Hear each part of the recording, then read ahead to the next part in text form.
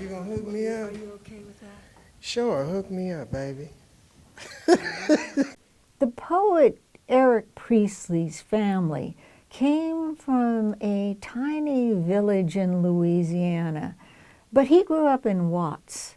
And in that tiny spot in Louisiana where he spent his summers,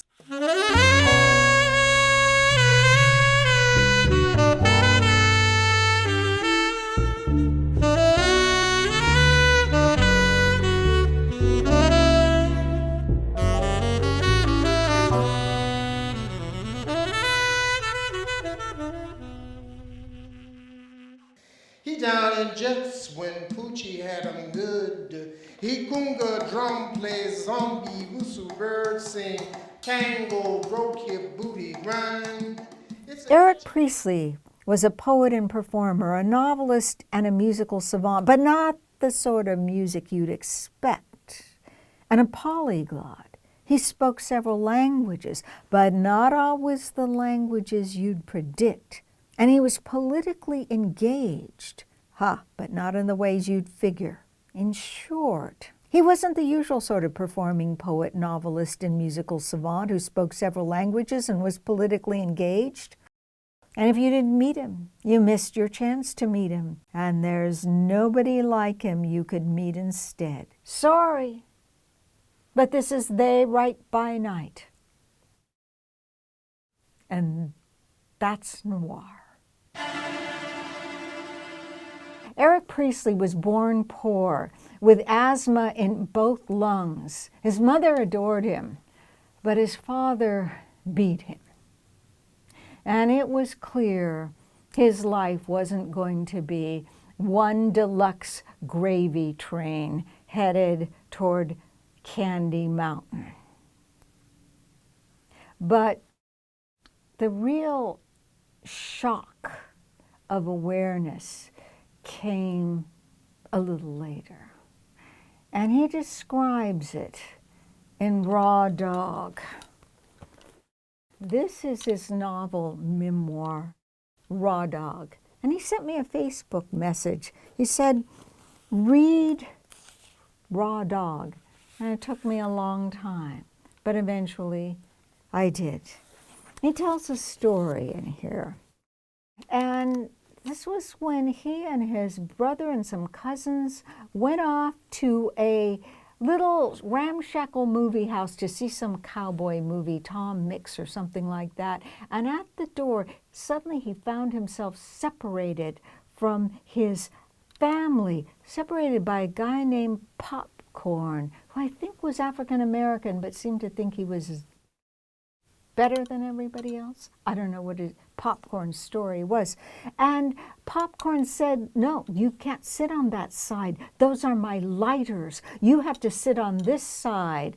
And young Eric Priestley, he was only 5 years old, looked on that side of the cinema and he saw everybody over there was light, including his brother and his cousins. And he looked on the other side where he was supposed to sit, and he realized everybody over there was darker.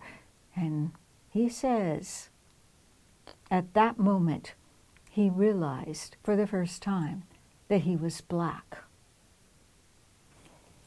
He would not sit there. He walked home by himself down the dirt road to the sound of the crickets on either side. I held back the tears and the sweat poured down, and I was trembling. I wasn't going to sit on the dark side. I walked down the red gravel road. It would pass, I thought, just like the river. But it didn't. It was not out of bitterness that I therefore separated myself from my little brother Timothy and my cousins. But it was out of disgust and shame that I wasn't like them, that I wasn't accepted in public with my own blood kin, that I wasn't light, that I was asked to sit on the dark side or leave. Eric Priestley was such a little boy when he fell in love with music, but not the kind of music you'd expect. The blues or Cajun music there in Louisiana. He fell in love with classical music he heard on the radio because it carried him away into another world, a world that he could hardly imagine. I knew Eric Priestley in the 90s and published him in an anthology of Los Angeles poetry. And I was surprised when years later he began to send me, of all things, links to music by classical composers like Maurice Ravel, early 20th century great French composer, and Aram Ilyich Khachaturian, who composed the greatest music of the Soviet era, but things got rocky when he fell out of favor with the party because somebody accused him of extreme individualism, which, come to think of it, is a quality that some people might associate with Eric Priestley. He sent me compositions by the popular black composer Alexis French. That's French with a small f than a capital F. I recommend a piece called Dreaming. Now, if I told you that I didn't know too many black guys whose family came from a rural area of Louisiana, but he grew up in Watts, who were sending me links to classical music. Not that I'm saying that, but if I were saying that, if I did say that, I'd be telling you the truth. In fact, I don't know too many anybody from anywhere. Nobody was sending me links to classical music except for Eric Priestley. Who would have thought?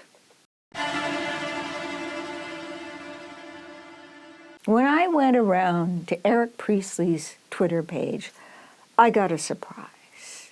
He was glued to the news, and not just the news you would think, not the sports news, the entertainment news, true crime.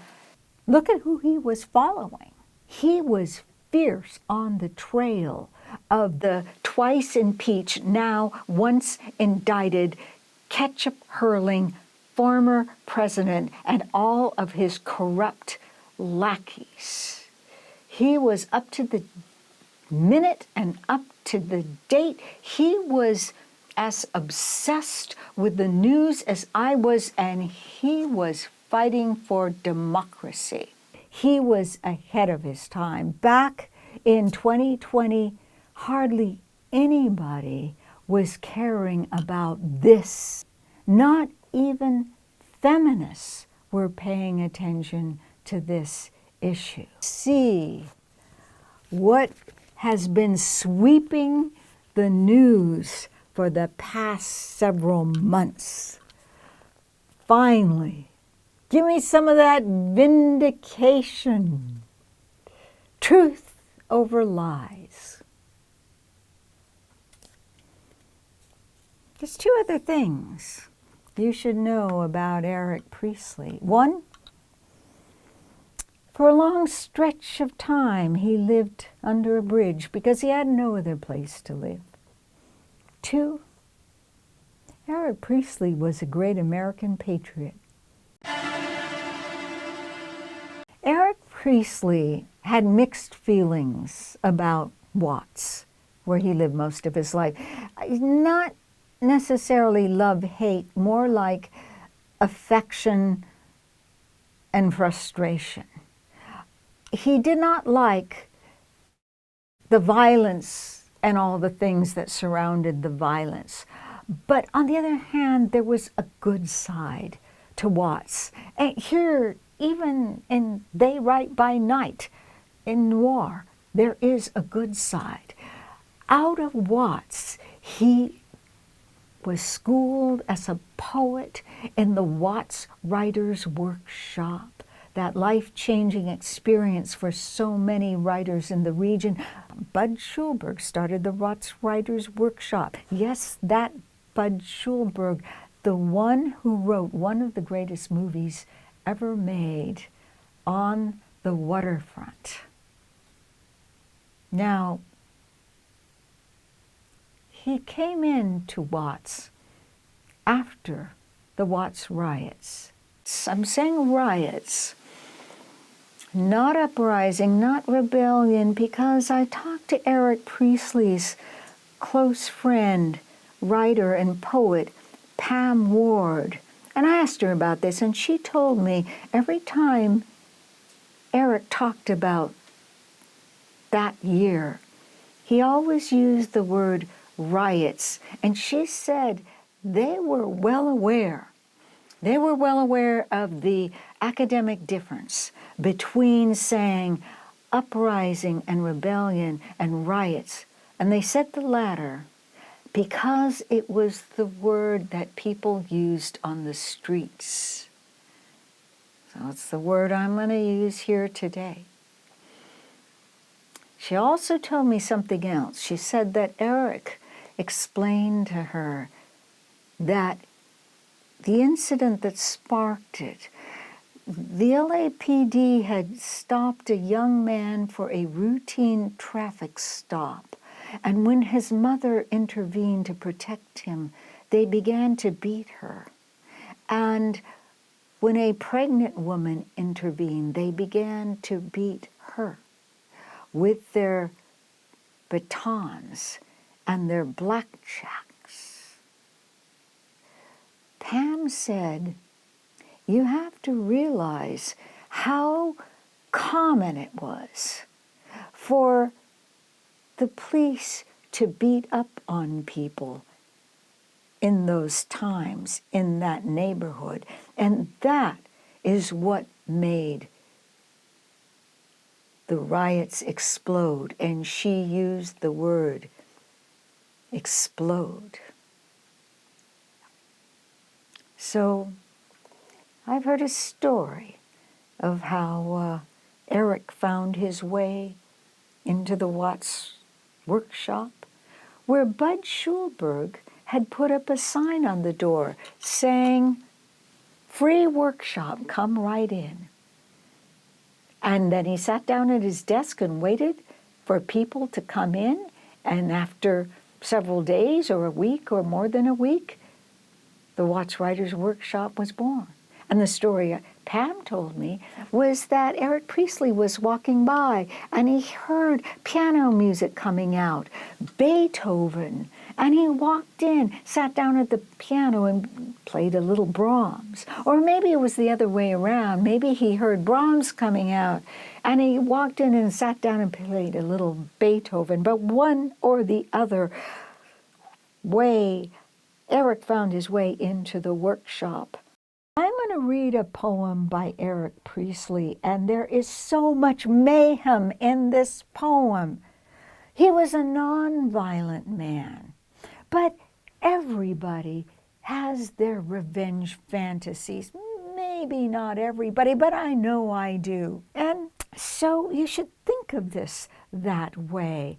As the poem moves on, you'll notice that the people the speaker targets are the street predators, the racists, and the figures of injustice, right? You should think of it that way, an escape into fantasy.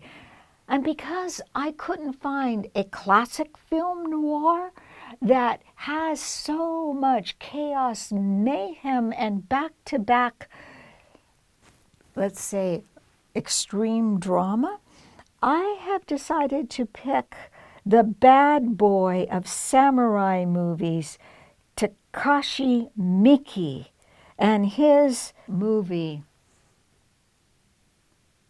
13 Assassins. stick around for this one. I got to step outside into the alleyway for this. I'm going to read from Abracadabra, published in 1994 by Chris Pedito's Heat Press. And the poem that I'm going to read is called Chin. I didn't know what chin meant. So I asked Pam Ward, and she told me, she says, well, you know, sometimes that can be vernacular for chit-chat or idle chatter. And if that's what it means, that's what Eric meant by chin, well, then he's being very paradoxical, very ironic, because this is like not like the kind of chit-chat, idle chatter you would anticipate. Chin. Bought the paper, bought the coffee, kid on a bike threatened to shoot me 'cause I wouldn't give up the change.